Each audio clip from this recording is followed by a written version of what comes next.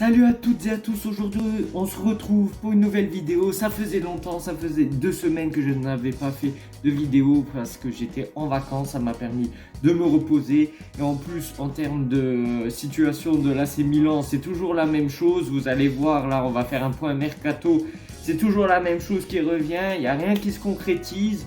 Là, la seule nouvelle officielle, c'est que Fonseca est arrivé à Milanello.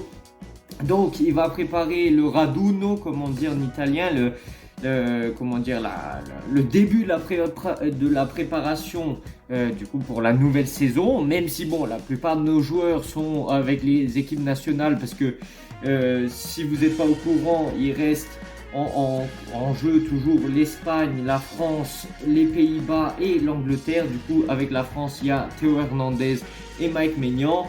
Il y avait Rafael Leao qui jusque maintenant jouait pour le Portugal, qui a été éliminé par l'équipe de France. Il reste Reinders avec l'équipe de Hollande. Et peut-être notre futur achat, je sais pas, parce que bon, c'est une telenovela, c'est pas possible. Notre futur achat, Joshua Zirkzee. Donc on va faire un point mercato, ça fait longtemps. Après, je veux dire, moi, je ne suis pas un journaliste, je ne suis pas là pour donner des news officielles ou quoi et tout ça. Je suis juste là pour commenter les nouveautés qu'il y a, ce que les journalistes mettent en avant. Parce que moi, je sais pas, je suis pas journaliste, je n'ai pas de contact avec la direction de l'AC Milan, donc forcément, je n'ai pas des nouvelles officielles et je ne peux seulement constater ce que les journalistes disent. Sauf que moi, j'ai l'impression que les journalistes se foutent de notre gueule, parce que chaque année, ils nous ressortent les mêmes noms, parce que en soi, j'ai l'impression qu'ils ne savent rien du tout. Ils ne savent rien du tout. Voilà, chaque année, Morata, Lukaku, c'est toujours les mêmes noms qui ressortent. Et là, la preuve, ils n'ont aucune information. Ils doivent vendre des journaux. Ils sont au courant de rien et ils ressortent toujours les mêmes noms. C'est toujours la même chose. Donc, il y a quelques jours, il y a eu l'affaire Lukaku, voilà, comme quoi Milan serait prêt à prendre Lukaku, sauf que Chelsea demande 40 millions d'euros. Le gars là, il prend minimum 8 millions de salaire. Du coup, je n'ai pas commenté cette information parce que pour moi c'est fake. Il viendra jamais à l'AC Milan. En plus, on l'a vu avec la Belgique, c'est un joueur qui lui faut 40 occasions pour mettre un but. C'était un très bon joueur quand il était à l'Inter. Même à l'époque, il était très bon, sauf qu'il commence à se faire vieux, il commence à devenir pesant sur le terrain, il n'est plus aussi décisif qu'avant. Du coup, pour moi, ce ne serait pas logique d'aller prendre Lukaku, surtout qu'il prend 8 millions de salaire. Je ne pense pas que Jerry Cardinale veut prendre un joueur de cette envergure qui va en plus ruiner le vestiaire, parce que si un joueur comme Lukaku arrive, il prend 8 millions d'euros, ça serait le joueur le plus payé de l'AC Milan. Ce n'est pas logique. Alors du coup, Théo Hernandez, il va demander aussi des plus hauts salaires, ce qui est normal. Mais ce n'est pas normal qu'un gars comme Lukaku qui arrive à l'AC Milan, qui n'a jamais rien prouvé pour l'AC Milan, soit celui qui est le plus gros salaire. Après, des fois, et voilà, il faut faire des sacrifices, mais avec ces propriétaires-là de l'AC Milan, ça c'est impossible. Du coup, ça se trouve, je me trompe, parce que voilà, moi je suis pas un journaliste, c'est pas mon boulot, c'est juste ma passion, l'AC Milan, donc je fais des vidéos mercato, réaction des matchs et tout ça. Mais voilà. Donc, Lukaku, pour moi, on peut mettre une croix dessus. Pour moi, c'est fake. Toujours les journalistes qui reviennent là-dessus. La situation, encore, du coup, numéro 9. On voulait prendre Joshua Zirkzee, sauf qu'il est encore en course avec les Pays-Bas en demi-finale de l'Euro 2024. Après, pour moi, je veux dire, un joueur qui se fait convoiter, qui se fait dont l'AC Milan, on va dire. Si l'AC Milan vient toquer à ta porte, ils te disent « Ah oui, tu veux venir jouer à l'AC Milan ?» Je veux dire, le joueur, il peut pas attendre. C'est l'AC Milan, c'est pas comme si c'était, je sais pas, FC Metz qui venait toquer à ta porte. Là, c'est l'AC Milan. Tu peux pas mettre autant en attente le club.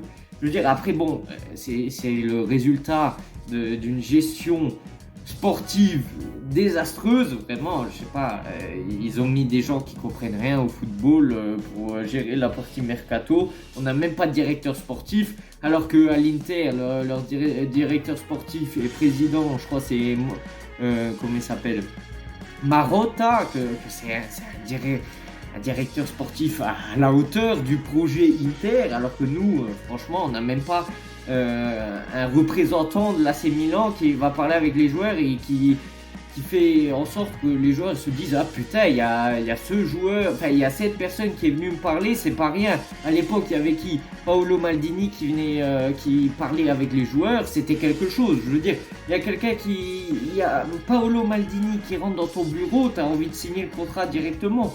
Que là c'est qui, c'est Moncada, bon il fait du beau boulot, avant il était à Monaco, mais je veux dire bon qu'est-ce que vous voulez faire? Zlatan Ibrahimovic, il l'a crié sur tous les toits qu'il ne travaille pas pour l'AC Milan, il travaille pour Redbird. Donc bon, pour moi aussi, Zlatan Ibrahimovic en tant qu'homme, c'est quelqu'un de très limité, on va dire. Il n'est pas très respectable. Là, ça le prouve parce qu'il se fout de notre gueule, il se fout de la gueule de tous les supporters de l'AC Milan. Enfin bref, on va pas en parler de ça. Du coup, Joshua Zirkzee, c'est toujours la même chose.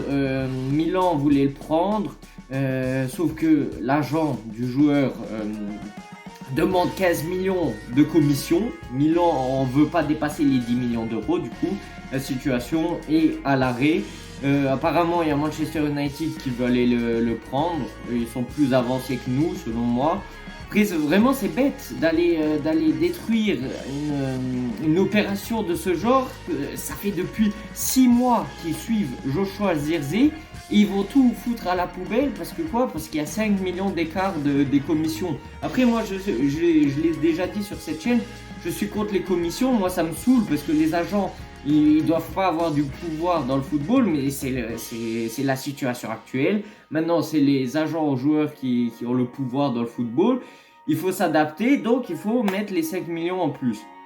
Après, ça se trouve, bon, c'est les journalistes qui disent ça, qui disent oui, c'est les commissions qui sont trop élevées, machin. Après, voilà, l'AC Milan veut faire toujours passer le joueur comme un méchant, comme ça, eux, ils sont tranquilles, sauf que certainement que c'est pas comme ça, il doit y avoir un autre problème. Mais bon, c'est complètement ridicule d'en arriver à ce point-là. Ça serait pas mal que l'AC Milan du coup prenne Joshua Zirkzee, un jeune prometteur qu'on peut le mettre là en centre de l'attaque, et mettre à ses côtés un autre joueur qui a plus d'expérience du style Morata. Morata, ça fait 30 ans qu'il est associé à l'AC Milan, enfin je veux dire, ça fait 30 ans que chaque année, chaque mercato estival, il est accosté par l'AC Milan. C'est pas possible. Vous allez me dire que c'est pas possible que les journalistes chaque année, quand ils savent plus quoi dire, ils ont plus aucun nom sous la main, ils savent pas du tout la situation au mercato actuelle. Du coup, ils vont dans leur sachet là, ils prennent oh Morata, oh ça faisait longtemps. Bah oui, chaque année il revient le gars. Du coup Morata, apparemment il y a une clause libératoire de 13 millions d'euros. Milan serait prêt à la payer et à payer son salaire. Même si ça m'étonnerait, mais moi je serais content que Morata vienne à l'AC Milan, mais pas en tant que titulaire. Parce qu'en tant que titulaire, il nous faut un jeune, promettant, qui devienne un bomber. En soi, Joshua Zirkzee, c'est pas un bomber, c'est pas quelqu'un qui met 20 buts par saison, mais il peut le devenir. À l'époque, quand Zlatan Ibrahimovic il jouait à l'Ajax d'Amsterdam, il mettait pas énormément de buts. Après, au fur et à mesure, il est devenu un bomber, quelqu'un qui mettait beaucoup de buts par saison. On l'a vu au PSG ou à l'AC Milan. Et voilà, donc c'est ce qu'on voudrait faire du coup avec Joshua Zirkzee, sauf qu'il faudrait une doublure. Voilà, déjà que apparemment l'AC Milan a renouvelé le contrat de Luka Jovic, du coup il nous faudrait 3 pointes, ça serait parfait.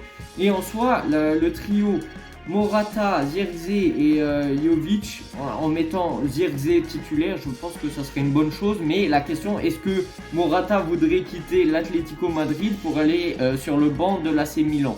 Après, cette saison, on jouera beaucoup de compétitions.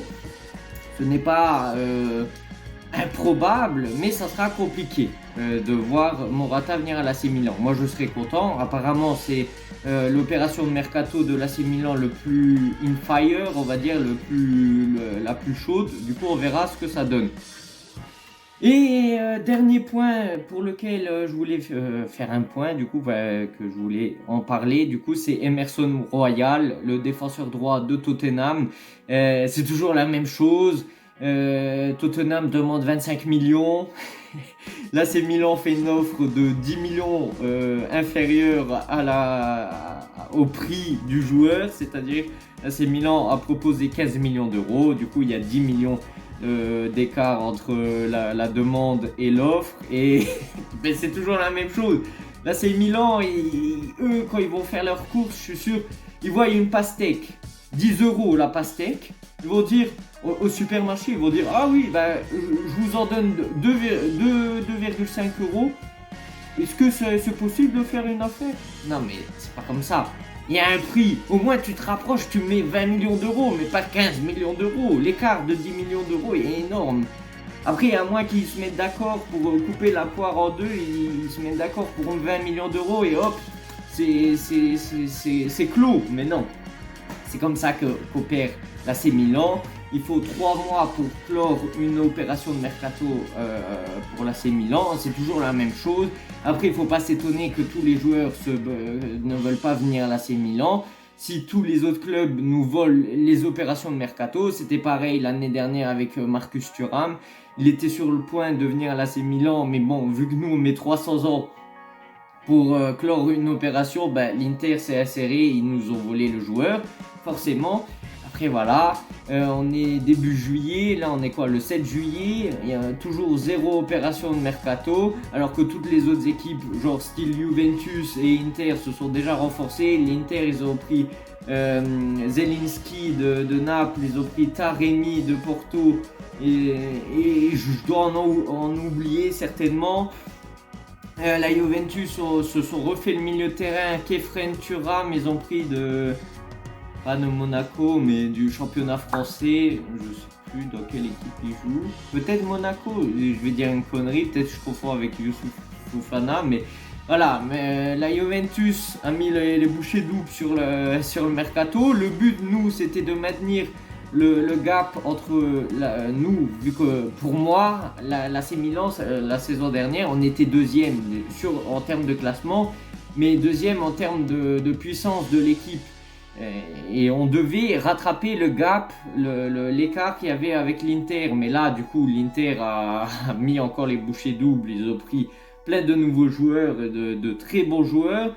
Là, j'ai l'impression que la Juventus a réussi à nous dépasser. Ça se trouve, ils vont lutter pour gagner le Scudetto la saison prochaine. Alors que nous, on devait commencer à ramer pour récupérer le gap entre nous et l'Inter. Mais bon, il y a tout le monde qui est en train de nous dépasser. Je dis pas que Naples avec Antonio Conte vont gagner forcément le Scudetto et qu'ils vont nous dépasser.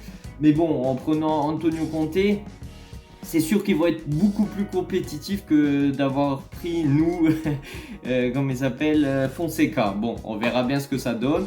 J'espère que la vidéo vous a plu, ça faisait longtemps. J'ai pas refait des vidéos de l'Euro parce que ça faisait beaucoup de vidéos et vu que j'étais en vacances, je pouvais pas faire les vidéos et tout ça. On verra qui va gagner à la fin l'Euro. Pour moi, ça sera l'Espagne parce que c'est celle qui joue le mieux, qui propose le plus beau football, même si c'est pas toujours ceux qui jouent le mieux au foot qui gagnent forcément. Regardez par exemple la France qui est arrivée en demi-finale en mettant 0 but sur action, mais après c'est ça la beauté du football aussi, c'est qu'il y a toujours des surprises, des choses inattendues qui se passent, et voilà, c'est ça qui fait la beauté du football. Mais on verra bien ce que ça donne. Peut-être que je ferai une vidéo pour la finale le 14 juillet de l'Euro. On verra bien. Sur ce, on se retrouve pour une prochaine vidéo. Ciao, ciao. Wake up, today's gonna be a good day. Wake up, today's gonna be a good day. Wake up, today's gonna be a good day. Wake up, today's gonna be a good day. Wake up, today's gonna be a good day.